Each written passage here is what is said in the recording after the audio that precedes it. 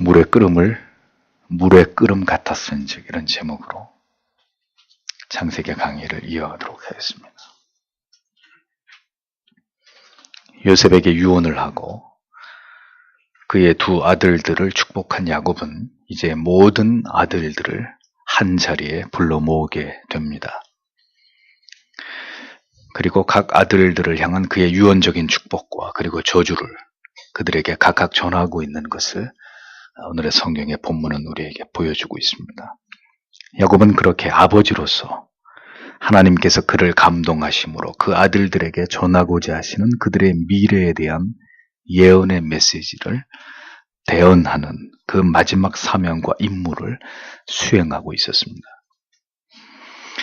부모로서 그 사랑하는 자녀들 모두에게 축복을 빌어주고 싶은 마음은 당연한 것일 것입니다. 그럼에도 불구하고 하나님의 뜻을 대언하면서 아들들의 미래를 예언하고 있었던 이스라엘은 그들의 행위에 대해서 하나님께서 주권적으로 이제 그들에게 축복과 저주를 내리시고자 함에 대해서 그 내용을 가감없이 그대로 아들들에게 전달하고 있었던 것을 보게 됩니다.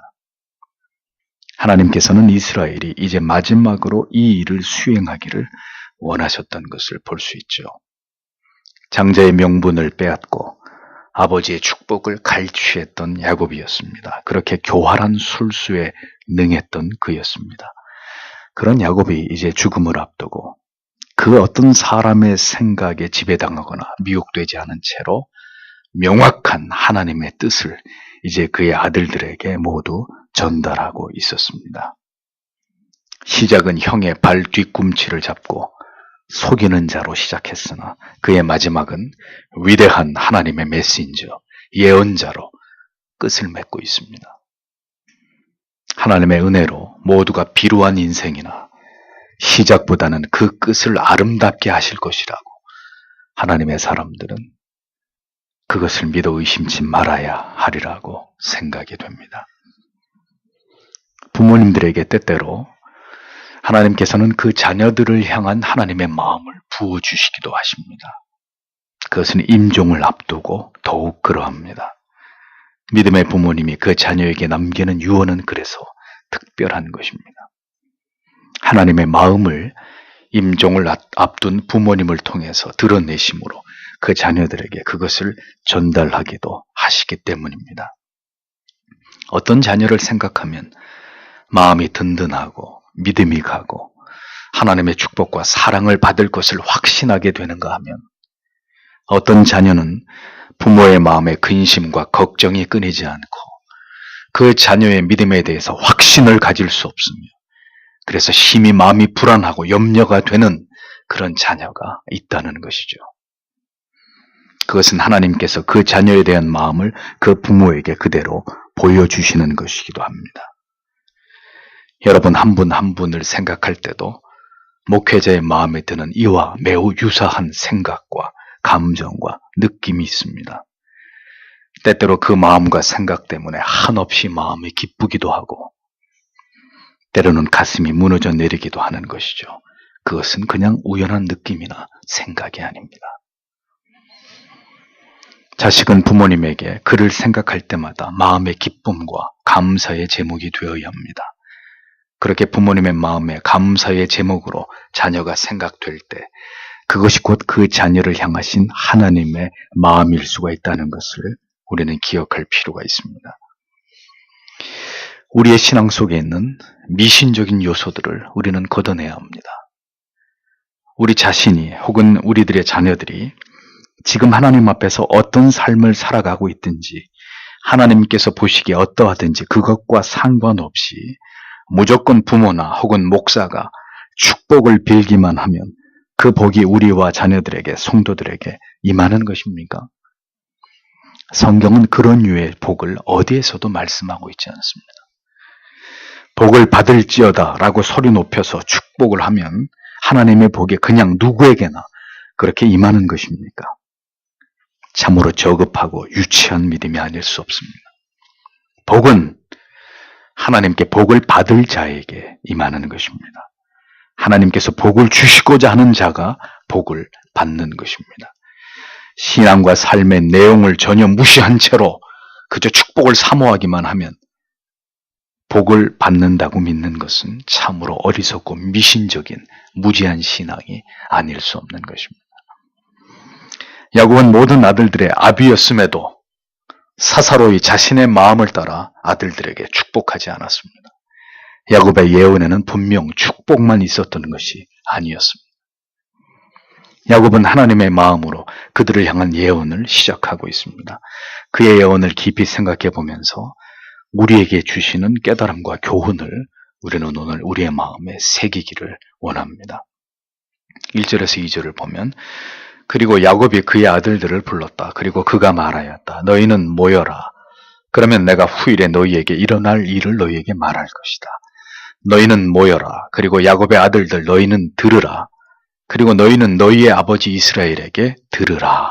이렇게 원문에 기록이 되어 있습니다. 야곱은 이제 아들들을 모두 불러 모으고 이제 그들의 미래에 일어나게 될 일들을 예언하기 시작합니다. 여기서 야곱이 예언하는 미래는 그냥 단순한 미래가 아니라 예수 그리스도께서 메시아로 이 땅 가운데 강림하시게 될 그 궁극의 구속의 역사가 펼쳐질 미래를 의미하는 것입니다. 죽음을 앞둔 야곱은 하나님께서 그의 인생에서 가장 마지막 순간 그의 육신의 불꽃이 이제 가물가물 꺼져가는 그 마지막 순간에 이제 그의 생애에서 가장 중요한 사명을 감당하고 있었습니다. 하나님께서는 이스라엘이라는 민족을 이룰 12지파에 대한 하나님의 뜻을 야곱의 아들들에게 그의 아비를 통해서 전달하도록 하셨습니다. 죽음이 다가오는 순간에도 하나님의 사람들은 그들이 감당해야 될 마지막 사명이 남아있는 자들입니다. 인생의 가장 연약한 순간에도 하나님은 그를 끝까지 붙들고 마지막으로 그가 감당해야 될 일들을 완성하도록 그렇게 역사하시는 분이십니다. 육신은 점점 연약해 갈수록 하나님의 사람들은 점점 더 하나님께로 다가가는 자들이어야 합니다. 그래서 하나님께서 그의 자녀들에게 하고자 하시는 말씀을 무게 있고 가장 선명하게 전달하고 하나님께로 돌아가야 될 사명을 책임져야 할 사람들이 바로 믿음의 부모님들이라는 것을 우리는 분명히 기억해야 되는 것이죠. 야곱은 하나님께서 그에게 주신 믿음의 조상으로서의 권위로 이제 아들들에게 세 가지를 명령하고 있습니다. 너희는 모여라. 너희는 들으라. 너희는 너희의 아비에게, 아버지에게 들어라. 이 세 가지 표현입니다. 우리는 이 같은 야곱의 마지막 표현들을 주의 깊게 살펴볼 필요가 있습니다. 권위가 붕괴되고 있는 시대에 야곱이 이제 마지막으로 아들들에게 예언을 시작하기 전에 그들에게 명령하고 있는 이 표현들을 우리는 반드시 주목해 보아야 합니다. 하나님의 뜻이 선포되는 자리에는 반드시 하나님의 사람들을 모으는 자가 있어야 하고 그 부름에 즉시 순종하여 달려와 모이는 사람들이 있어야 합니다. 명령을 바라는 자가 있으면 그 명령에 즉시 순종해서 행하는 자가 있어야 합니다. 아들은 아버지의 부름을 받고 아버지 앞에 서야 하는 자들이고 아버지는 아들들을 그 자녀들을 불러 모을 수 있는 권위를 가진 자입니다. 아들은 아버지에게 들어야 하는 위치에 있는 자이고 아버지는 아들에게 명령하는 자리에 세움을 받은 자입니다. 제자는 스승에게 가르침을 받아야 하는 자리에 있는 자이고 스승은 제자에게 지엄한 도를 가르치는 위치에 있는 사람입니다. 왕은 하나님을 대신해서 백성을 다스리고 이끄는 자리에 있고 백성은 그 왕이 세운 법에 복종하며 충성을 다해야 하는 자들입니다. 이것은 하나님께서 세우신 법이고 권리이고 지엄한 권위입니다. 세상의 풍조가 바뀌고 사람들이 변했어도 결코 변치 않고 지켜져야 될 법이 있습니다. 그것은 하나님이 세우신 법이고 권위이고 질서입니다. 세상이 타락하고 폐역하여 하나님을 버렸다는 증거는 이 모든 권위들이 뒤집어져 버렸고 하나님이 세우신 권위가 타락한 인간들에 의해서 모두 비웃음거리로 전락되어 버렸다는 사실입니다. 더 이상 이 시대의 사람들은 하나님과 하나님이 세우신 권위에 복종하려고 하지 않습니다. 진리 앞에 모여오지 않습니다. 그 진리를 들으려고 하지 않습니다. 가정과 학교, 교회와 이 사회 속에서 이제는 부모의 권위에 반항하고 스승의 가르침을 비웃으며 국가의 권력을 조롱하고 영적인 지도자의 권위를 업신여기려는 사람들로 넘쳐나고 있습니다. 권위를 부정하는 것이 미덕처럼 여겨지는 세상이 되어가고 있습니다. 모두가 자신의 마음에서 들려오는 자기의 머리와 생각에서 내리는 판단을 쫓고 따르고 그것이 가장 옳다고 믿는, 하나님이 보시기에 심히 사악하고 어리석으며 가증스러운 삶들을 고집하고 있습니다. 그것이 바로 종말의 사람들의 현저한 모습이고 그들이 모두 하나님을 떠난 백성인 것을 증명하는 삶의 태도와 방식인 것입니다. 누구의 말도 듣지 않으려고 하고 어떤 권위에도 도전하고 불신하고 대항하는 세대, 그러하게 점점 이 세상은 아무런 소망이 보이지 않는 것입니다. 하나님의 법과 원리는 하나님이 세우신 권위 앞에서 하나님의 자녀들이 모두 모여와 겸손히 머리를 조아리고 무릎을 꿇고 그 지엄하신 하나님의 세우신 위임된 권위에서 비롯된 그 말씀에 경청하는 것입니다. 권위에 복종하는 이 아름다운 모습이 세상에서는 더 이상 기대하기 어려울지라도 하나님의 교회와 성도의 가정 안에서만큼은 이러한 권위와 질서가 반드시 지켜져야 되는 것입니다. 그것이 하나님께서 우리에게 요구하시는 바입니다. 바야흐로 어른이 없는 시대입니다. 영적인 어른이 없고 지도자가 없고 부모가 없고 스승이 사라져버린 시대입니다. 아니 철저하게 그것을 무시하고 경시하는 시대입니다. 권위가 있지만 있으나 마나합니다. 왜? 하나님께서 세우신 하나님이 위임하신 권위들이 지켜지지도 않고 그것을 지키지도 않고 있기 때문에 모두 있으나 마나하는 것입니다. 오라고 하면 오고 가라고 하면 가야 하는 것입니다. 그렇게 하나님이 세우신 건강한 권위에 즐겨 복종하는 자들이 하나님의 사람들입니다.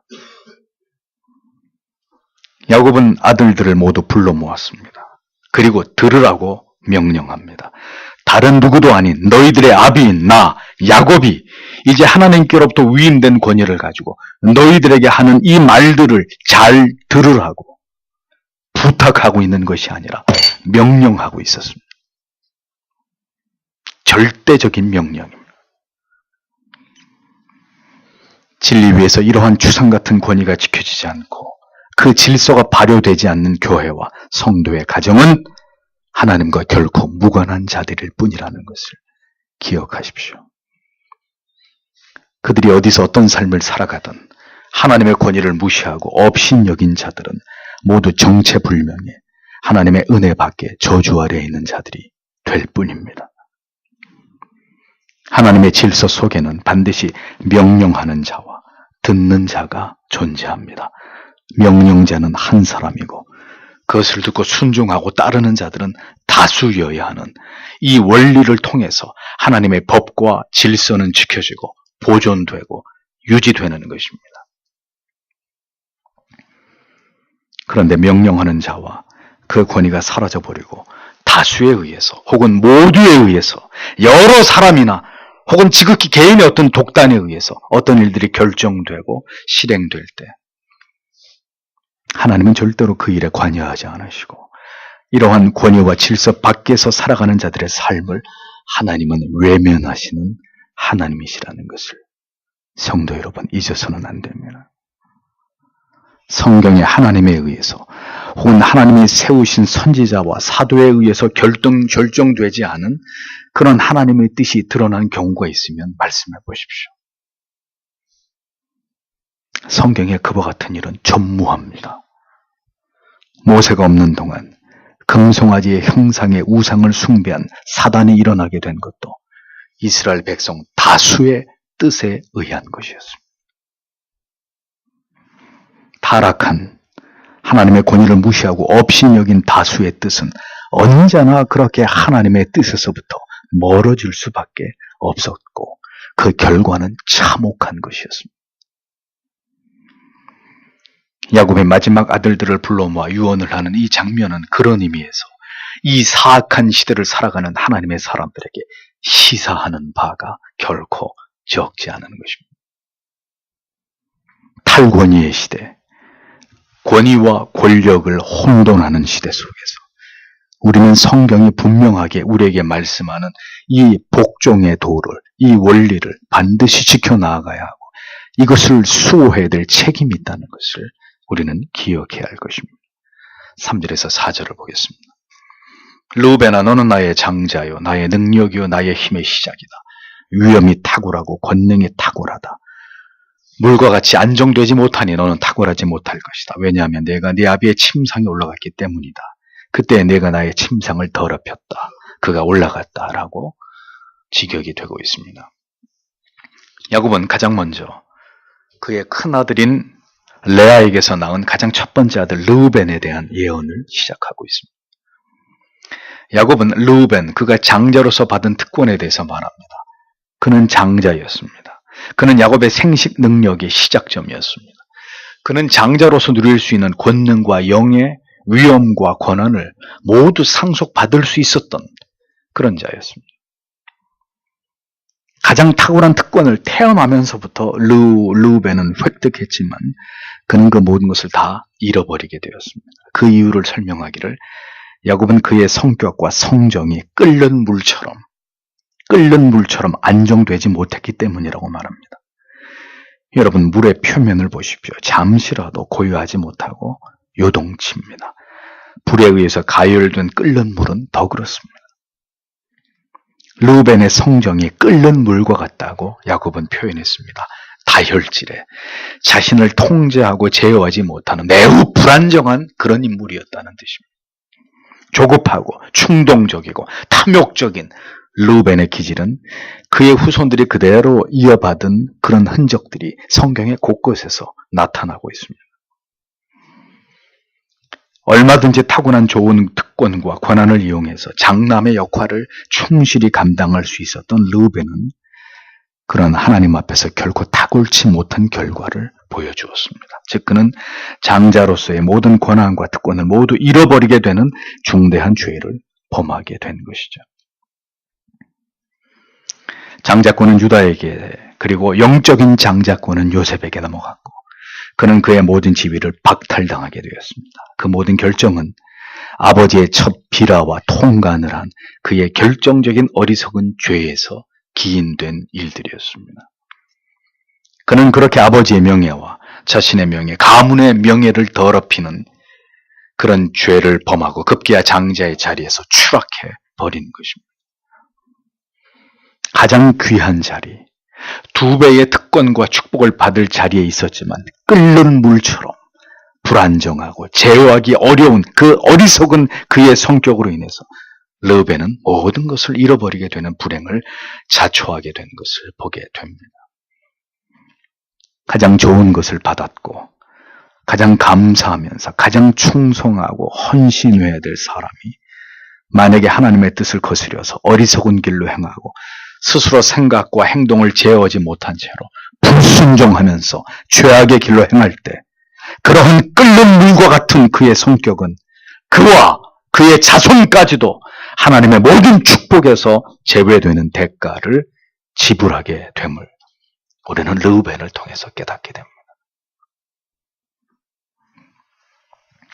하나님의 인도하심과 섭리로 올바른 말씀을 들으면서 바른 교리를 공부하고 참된 신앙의 길로 부름을 받았어도 어리석은 사람의 생각과 고집으로 하나님께서 부르시고 세우신 그 자리를 스스로 차버리는 일을 신자는 행치 말아야 합니다.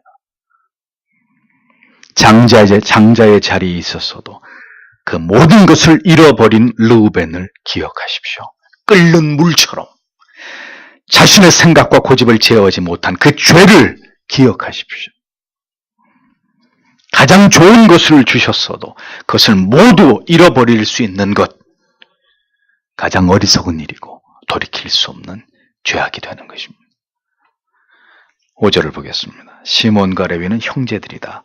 그들의 칼은 폭력의 무기이다. 내 영혼아 그들의 회의에 결코 들어가지 말라. 내 영광아 그들의 모임에 연합하지 말 것이다. 왜냐하면 그들의 분노로 그들이 사람을 죽였고 그들의 사악함으로 그들이 소의 힘줄을 끊었기 때문이다. 그들의 분노가 강하기 때문에, 그리고 그들의 노가 잔인하기 때문에 저주를 받을 것이다. 내가 야곱 중에서 그들을 나눌 것이다. 그리고 내가 이스라엘 중에 그들을 흩을 것이다. 라고 기록하고 있습니다. 역시 레아에게서 나온, 같은 배에서 나온 형제 시몬과 레위에 대한 예언을 이스라엘이 이야기하고 있습니다. 시몬과 레위를 함께 묶어서 야곱은 그들은 칼을 잔해하는 기계이다. 그들의 칼은 잔해하는 기계다라고 극단적으로 이렇게 표현하면서 이 두 형제가 가진 성격과 기질이 잔인하고 폭력적인 것이라는 것을 지적했습니다. 그들은 누이 디나가 세겜성의 족장 아들에 의해서 강간을 당하게 되자 무자비하게 그 부족의 남자들을 모두 살육하고 그들의 재산을 빼앗아 원수를 갚은 적이 있었습니다. 야곱은 자기 자신도 그러하지만 다른 아들에게까지 경계하면서 그들과 결코 연합하거나 그들을 가까이 하지 말라고까지 경계합니다. 그들은 하나님의 사람들이 가져서는 안 될 폭력성과 잔인함을 가진 자들로 세겜의 가축들을 모두 다 노력할 수 없게 되자 소들의 힘줄들을 다 잘라서 소들을 전부 다 불구로 만들어버리는 그런 잔인하고 포악한 짓까지 서슴지 않고 저지른 자들이었습니다. 이것은 사악한 일이고 극도의 잔인한 일로 그들이 행한 모든 일로 인해서 저주가 임할 것이라고 야곱은 두 형제의 악행에 대해서 보응이 있음을 선언하고 있었습니다. 그것도 매우 강력한 보복과 징계가 있을 것이라는 것을 예언했습니다. 노염이 혹독하고 분기가 맹렬하다고 이스라엘은 그렇게 표현했습니다. 두 번이나 저주가 있을 것이라고 강조하고 있고 그들은 모두 나뉘어지고 모두 흩어져 버리게 될 것이라고 그들의 미래를 강하게 선언하고 있었던 것을 볼 수 있습니다. 하나님의 자녀들이 하나님의 법과 뜻을 따르지 않고 자기들의 혈기와 생각과 고집으로 신자다움을 잃어버린 채로 마치 불신자처럼 그렇게 잔인한 악을 행한 일은 결국 가벼운 죄가 아니었다는 것을 우리는 깨닫게 됩니다.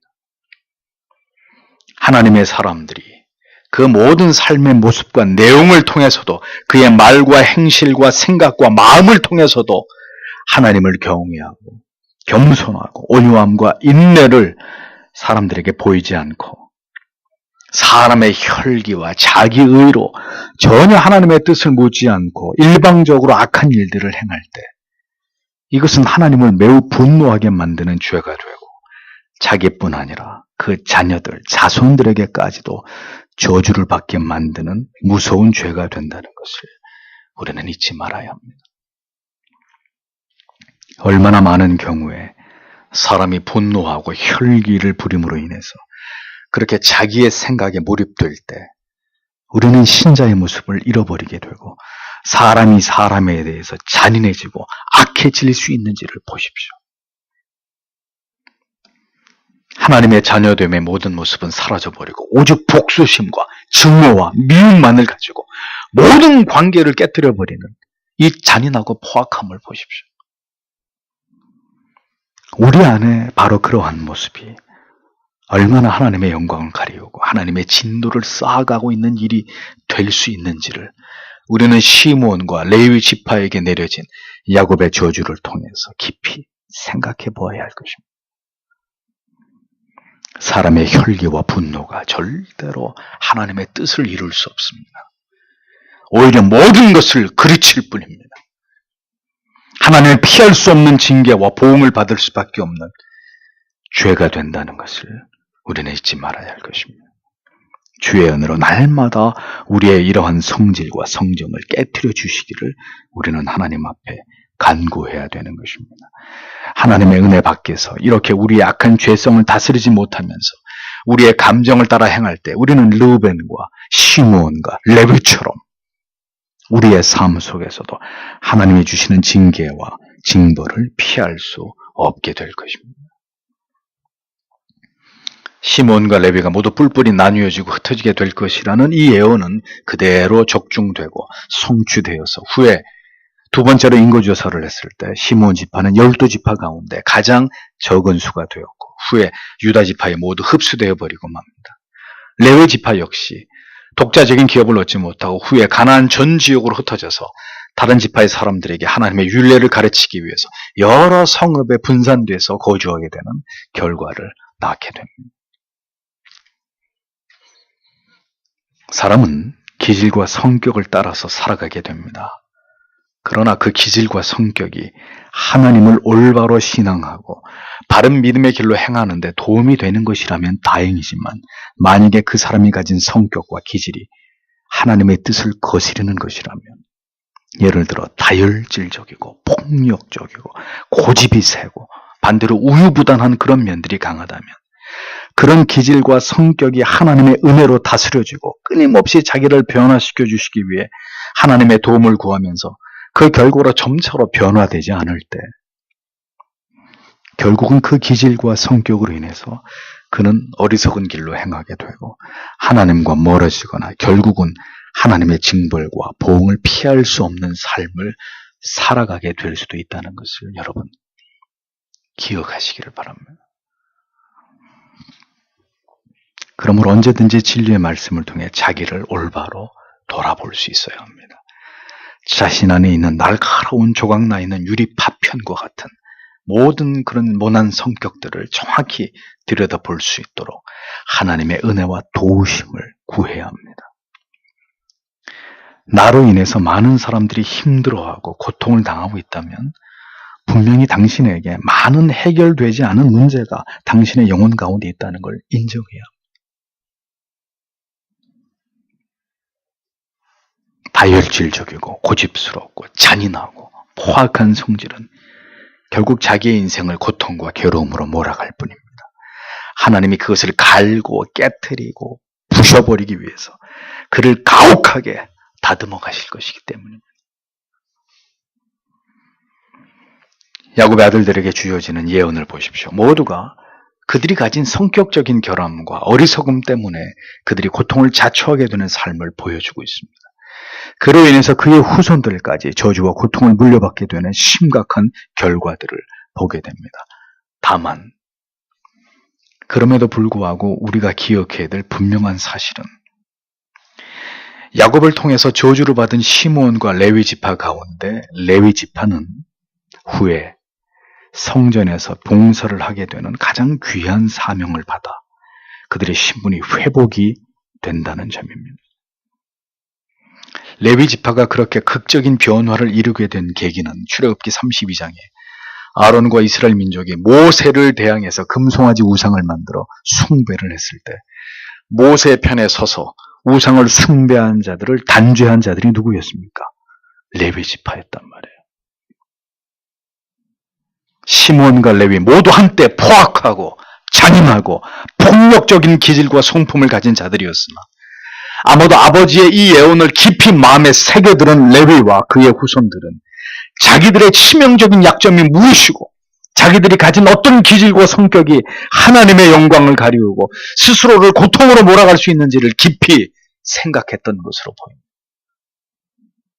그 결과 그들은 다시 자기들의 믿음을 분명하게 드러내야 될 결정적인 순간이 왔을 때 그들은 하나님의 편에 서게 되었고 이는 다시 모세를 통해서 그들을 축복하게 만든 계기가 되어서 한때 잔인하고 폭력적인 그 부족의 딱지를 떼어버리고 이제는 하나님을 위해서 일하는 구별된 성별된 지파가 되는 극적인 변화를 이루어내게 됩니다. 성경을 보면 레위 지파 출신 가운데 걸출한 지도자들이 많이 배출됐고 유명한 사람들이 대부분 이 레위 지파에서 나온 것을 볼 수 있습니다. 저주가 복으로 바뀌어지는 것을 우리는 이 레위 지파를 통해서 확인하게 되는 것입니다.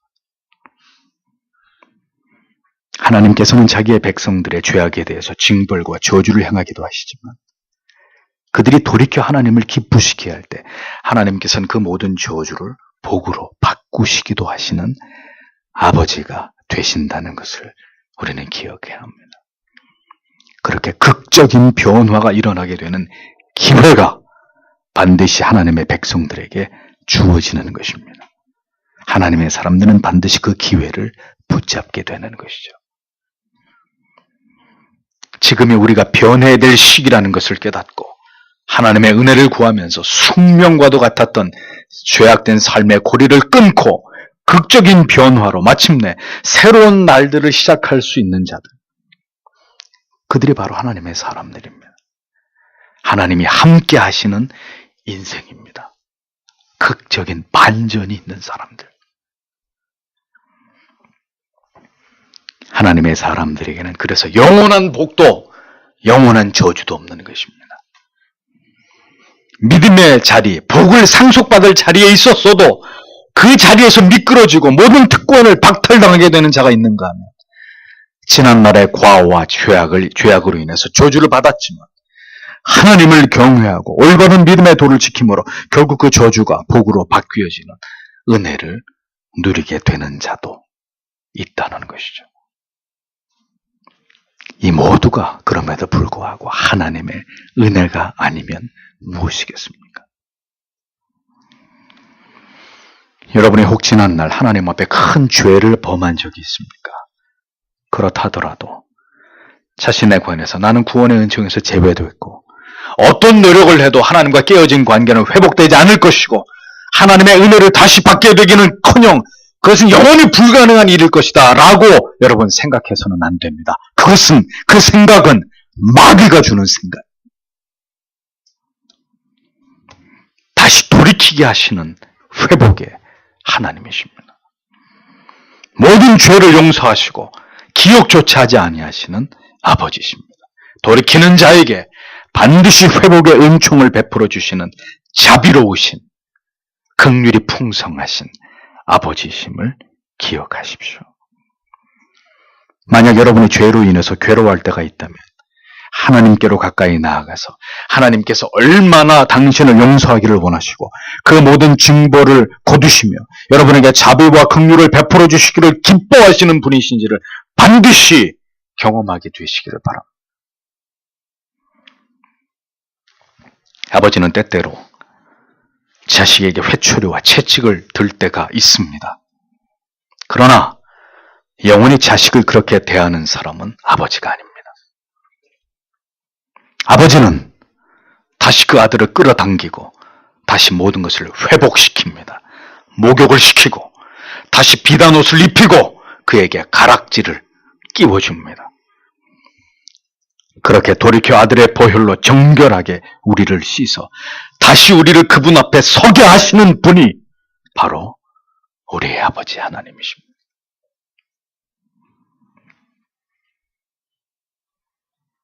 하나님의 명령을 따라 선을 행하고 하나님이 원하신 뜻을 조차 행하게 그렇게 충성된 자들을 그에 합당하게 대우하시고 반대로 하나님의 뜻을 무시한 채로 사람의 어리석은 충동과 생각과 감정을 따라서 끓는 물처럼 그렇게 자기의 성정을 다스리지 못하고 살아가는 자에게는 그러한 그의 죄성이 꺾어지기까지 하나님이 가혹한 채찍으로 그를 다루심을 그는 피할 수 없게 되어 있습니다.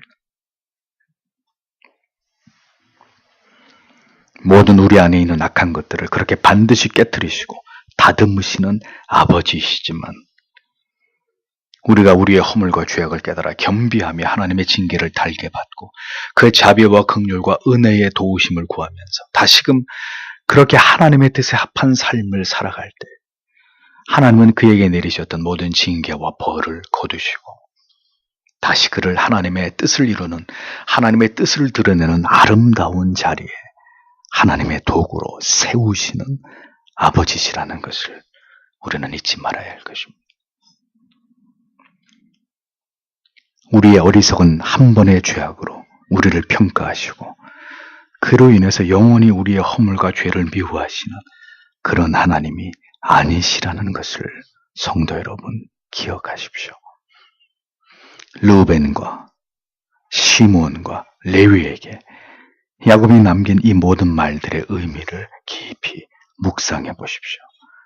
우리는 하나님께, 우리는 부모님들에게 어떤 자식으로 보여지고 있으며 우리에 대한 하나님의 평가는 무엇이 될지를 깊이 생각해 보십시오.